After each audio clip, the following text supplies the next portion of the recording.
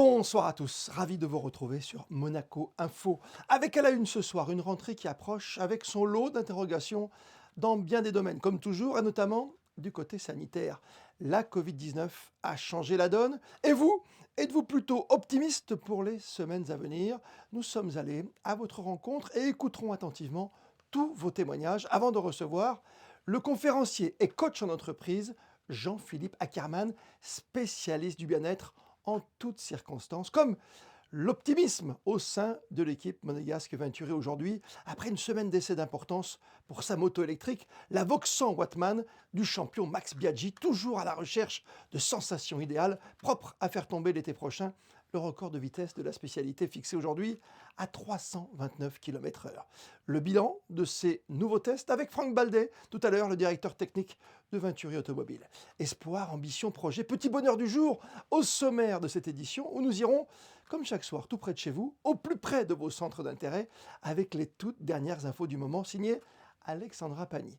Et un gros plan, dans un instant, sur les travaux du quai des États-Unis. Sans oublier, bien sûr, votre météo pour demain. Mais avant de recevoir notre premier invité, cette question du jour. Peut-on envisager la rentrée de manière optimiste? Voici vos réactions, vos sentiments, votre état d'esprit en cette fin d'été. Je suis optimiste parce qu'il faut être optimiste dans la vie, voilà. On est obligé de faire attention, c'est normal, il faut se respecter soi-même et respecter les autres. Mais pour l'instant, on doit vivre avec, donc il faut faire avec. Donc rester positif, oui. Il faut, de toute façon, on n'a pas le choix. Hein. Toujours. Franchement, si on reste dans un mood, entre guillemets, triste, un peu, puis là en plus c'est l'été, bon, faut faire attention aux gestes sanitaires et tout ça, mais à un moment donné, faut lâcher un peu prise, quoi. Pas trop dans le futur, mais ce sera, je pense, moins grave que la première vague. Il n'y a pas longtemps, j'aurais dit oui, mais là, j'ai vu que ça commençait à s'empirer un peu. C'est dans ma nature profonde et puis non, je suis une personne qui voit plutôt le verre plein plutôt que le verre vide. Voilà, non, je suis plutôt optimiste. En général, moi, les gens nocifs, je les mets de côté et je laisse tomber. Je les laisse s'énerver tout seul, être malheureux tout seul, ça ne m'intéresse absolument pas. On a suffisamment de problèmes dans la vie, si en plus on doit se taper voilà. ce désordre, non, c'est pas la peine. Comme on dit, on n'a qu'une vie, il faut en profiter. Voilà, c'est ça. Voilà. Et avec nous ce soir, Jean-Philippe Ackermann, directeur associé de Grow Up, qui est conférencier et coach en entreprise. Bonsoir à vous. Bonsoir Christophe. Vous avez entendu ces réponses, hein, c'est pas complètement mitigé, c'est plus optimiste que pessimiste. Vous êtes le spécialiste justement de l'optimisme et du bonheur, généralement en entreprise. Mais quand on entend les gens, qu'a rencontré aujourd'hui Frédéric Allion, on s'aperçoit que tout le monde aborde cette période un peu plus confiant aujourd'hui. Oui, c'est important parce que en fait, c'est toujours important de savoir lire un événement. La vie, c'est fait d'événements et j'ai toujours une double lecture. C'est Épithète, il y a près de 2000 ans, qui nous dit « Ce ne sont pas les événements qui troublent les hommes, mais l'idée qu'ils s'en font ». Ça veut dire que pour chaque événement, je peux regarder le négatif ou je peux regarder le positif. J'ai le choix. Je peux regarder les problèmes, je peux regarder les solutions. J'ai encore le choix. Je peux regarder les menaces, je peux regarder les opportunités et je peux avoir une vision pessimiste ou une vision optimiste de ce qui m'arrive. En fait, l'événement est neutre. C'est pas si simple, Jean-Philippe Ackermann, parce qu'aujourd'hui, on a une période complètement troublée. On ne savait pas ce qui nous arrivait au mois de mars, au printemps. On était déconfinés. On s'aperçoit que c'est pas simple qu'aujourd'hui, que tout le monde retrouve une certaine sérénité. On ne parle pas encore d'entreprise, mais pour les gens en général, on n'est pas complètement rassuré avant d'attaquer la rentrée. Ah non, mais on a le droit de ne pas être rassuré. C'est la différence entre le positif, le négatif et l'optimisme et le pessimisme. D'accord. Le positif et le négatif, c'est une valeur de l'instant. J'ai le droit d'être en colère, j'ai le droit d'être inquiet, j'ai le droit même d'être triste. Mais optimiste et pessimiste, c'est un pari sur l'avenir. Est-ce que demain, ce Covid sera guéri? Est-ce que demain, le Covid, on va trouver un vaccin? Ça, c'est le pessimiste qui vous dit ça. D'accord. Quand le pessimiste, lui, il vous dit « Ah non, c'est catastrophique, on ne va pas s'en tirer, quoi ». Il y a des gens qui se sont réinventés, restructurés aussi, comme dans les entreprises. Ah oui. Moi, j'ai beaucoup travaillé pendant le confinement avec des chefs d'entreprise en particulier et je leur demandais de revisiter leur pourquoi, leur mission de vie. En fait, pourquoi il faut un métier de chef d'entreprise? Quelle est leur mission de vie? Et je pense que dans un moment qui change comme aujourd'hui, où des personnes vont devoir faire d'autres métiers, il est important de se repositionner sur quelle est ma mission et quel est mon pourquoi. Mais ça a l'air si simple. Aujourd'hui, on va rentrer quand même, que ce soit pour les étudiants ou que ce soit Oui. pour les gens d'entreprise, aujourd'hui, les ouvriers ou Mhm. toutes les personnes de bureau, avec une obligation certainement partout. On le voit chez nos voisins comme à Monaco peut-être un jour, peut-être l'obligation du masque partout, même en entreprise. Et honnêtement, c'est pas si simple que ça, même si par exemple les caissiers et les caissières le font. Hein. Oui, c'est pas si simple que ça, mais là on revient sur le fait que ça me fait pas plaisir, que ça me gêne, que j'aspire mal. Mais bon, est-ce que c'est pour demain soigner le Covid? Est-ce que c'est pour demain éradiquer ce virus? Ça ne me gêne pas de le porter, même si physiquement c'est une gêne. Mais ça ne me gêne pas sur l'aspect optimiste des choses, ça peut me gêner sur l'aspect au quotidien. Oui, mais Jean-Philippe Ackermann, on avance quelque part à pas compter. On ne sait pas de quoi demain sera fait aujourd'hui. Oui, on ne sait pas. Et c'est ça la notion de liberté. C'est qu'en fait, quand on est libre, on ne sait pas de quoi demain sera fait. Et en fait, on construit sa liberté. Tous les jours, on construit sa liberté. Même quand il n'y avait pas le virus, je ne sais pas de quoi demain est fait. Et je construis mon chemin, je construis ma liberté. Et vous comprenez bien que si moi je crois que la société, j'ai confiance en la société parce que je suis optimiste, je vais construire mon chemin beaucoup plus facilement que si j'ai défiance en la société, où je vais penser que c'est la faute aux autres et que c'est les autres qui doivent m'aider. Non, l'optimisme, c'est aussi une notion de liberté et de responsabilité individuelle. Mais quand on ne sait pas de quoi sera fait, encore une fois, demain, c'est très dur d'avoir le sourire toute la journée quand même. Et alors, on peut se faire le souci, je vais vous dire. Moi, au mois de mars, j'ai perdu 100% de mon chiffre d'affaires. Je dis bien 100% de mon chiffre d'affaires. Mon activité, pendant 3 mois, a été arrêtée. Elle reprend à partir du mois de septembre. Je me fais le souci, je me dis que si demain, il y a une deuxième vague, de nouveau, mon activité va s'arrêter à 100%. Donc il y a de l'inquiétude. Il y a de l'inquiétude, pas de pessimisme, vous dites. Mais non, et bien sûr que j'ai de l'inquiétude, sauf que j'ai préparé, c'est ça l'optimisme, j'ai préparé au cas où il y a une deuxième vague qui m'empêche de faire des conférences en présentiel. J'ai créé des outils digitaux, j'ai créé des outils en vidéo, de façon à être présent sur le terrain et continuer mon travail et ma mission. Vous allez vous réinventer quelque part. C'est ça, et je crois que c'est une période extraordinaire pour se réinventer. Rebondir, ne pas se laisser abattre, c'est ça? Rebondir. S'émerveiller des choses que l'on voit?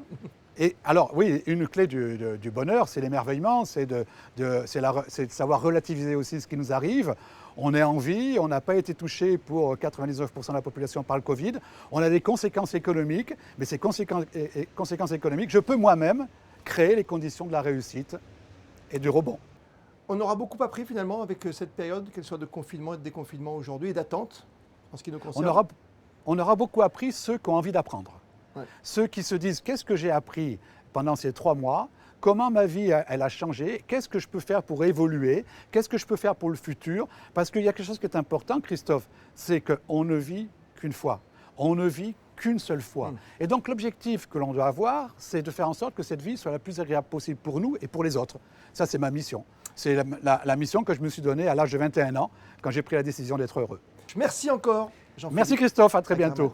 Construire plutôt que détruire, rénover, améliorer, c'est également cette période de l'année le moment propice pour les innovations et les ajustements. Reportage sur l'un des grands chantiers du moment en principauté, celui en voie de finition du quai des États-Unis. Le reportage de Frédéric Elion. Construit en 1910, le quai des États-Unis souffrait d'importantes dégradations dues à la corrosion et a donc été reconstruit à l'aide de caissons préfabriqués posés sur des piles. Un chantier qui aura duré 3 ans avec 3 phases distinctes qui s'inscrit dans une démarche globale d'adéquation des quais avec les besoins des bateaux. Les besoins techniques, d'équipement ou des infrastructures, et par là on peut entendre récupération des eaux usées, donc avec la nouvelle galerie technique qui a été créée dans ces caissons. On parle aussi d'électrification, d'augmentation de puissance. Alors sur ce quai en l'occurrence, on aura la puissance visée que quand le musée de l'automobile sera livré, parce qu'il arrive avec un poste de transformation. Et puis donc nous, cette phase-là, elle arrive après quelques années phasée à chaque fois entre Grands Prix et d'une réorganisation aussi qui nous a été permise par le changement du ponton chicane, qui permet une modification du plan d'eau et l'accueil d'unités de plus grande taille. La société d'exploitation des ports de Monaco assurera d'ici la fin de l'année la gestion des places de parking de la zone.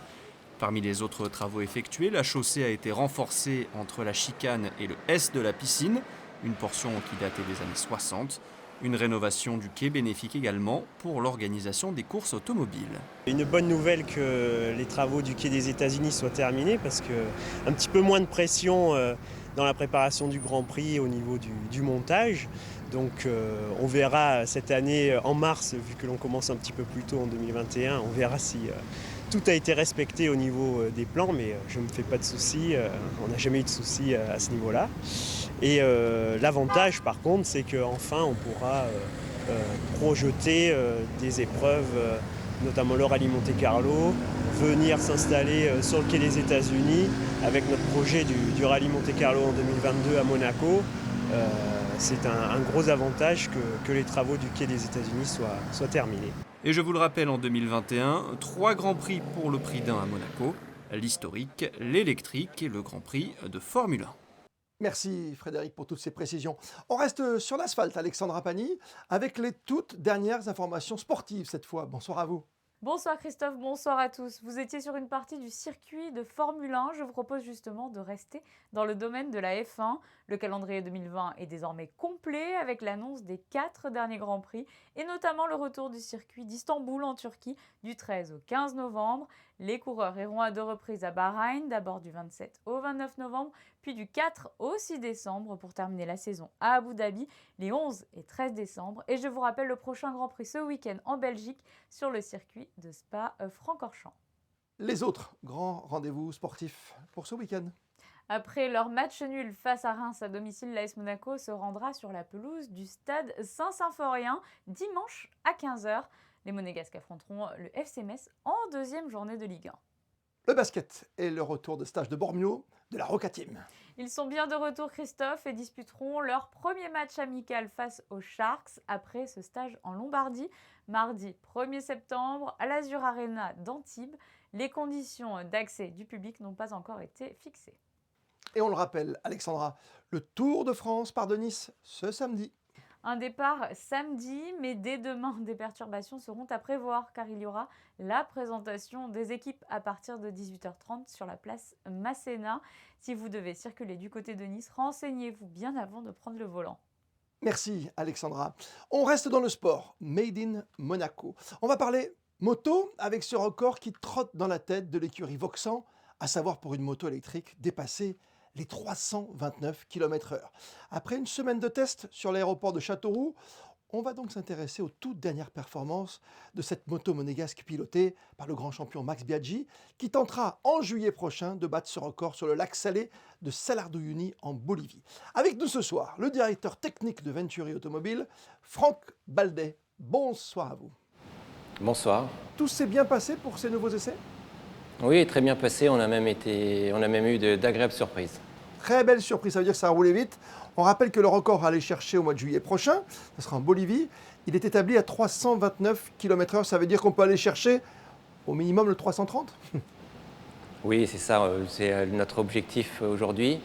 Mais on ne reste pas sur nos acquis, on cherche toujours à aller plus vite. Aller plus vite, bien évidemment, mais c'est déjà une belle aventure.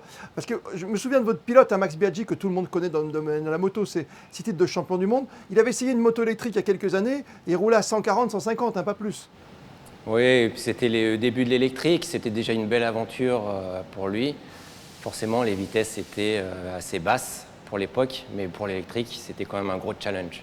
Vous faites ça à Châteauroux, sur une piste d'aéroport, tout simplement ?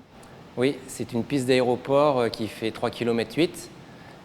C'est juste une ligne droite, on n'a pas besoin de faire de virage et on exploite au maximum cette distance pour aller chercher les vitesses les plus élevées. On peut comparer avec le kilomètre lancé à ski, c'est-à-dire que c'est une longue ligne droite et on ne prend pas finalement la vitesse la plus élevée, on prend une moyenne, c'est bien cela ?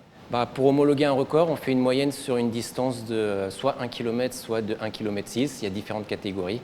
Et cette moyenne est faite dans les deux sens, donc on fait un aller et un retour. Et c'est la moyenne de ces deux vitesses qui fait qu'on a battu le record.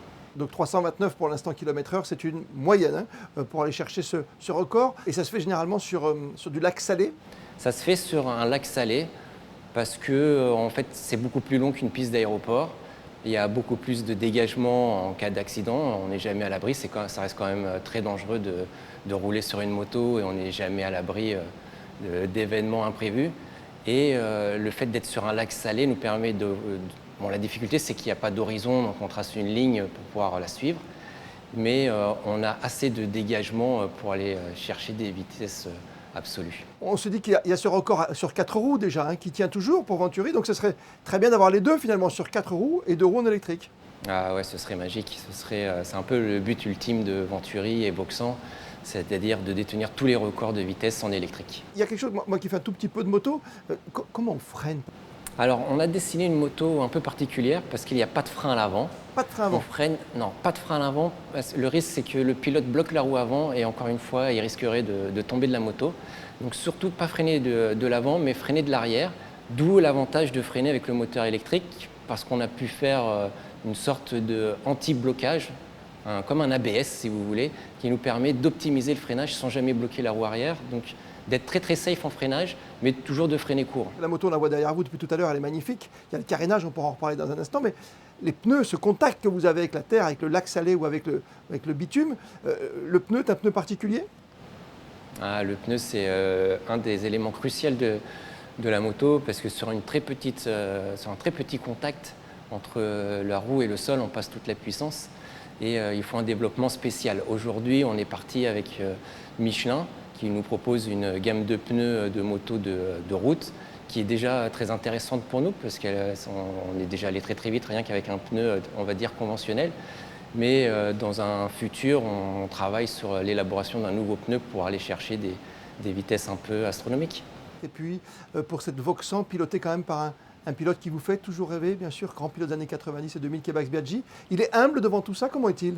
La première fois qu'il s'assoit sur la moto, forcément, il est un peu perdu parce qu'on a un peu bousculé toutes ses références.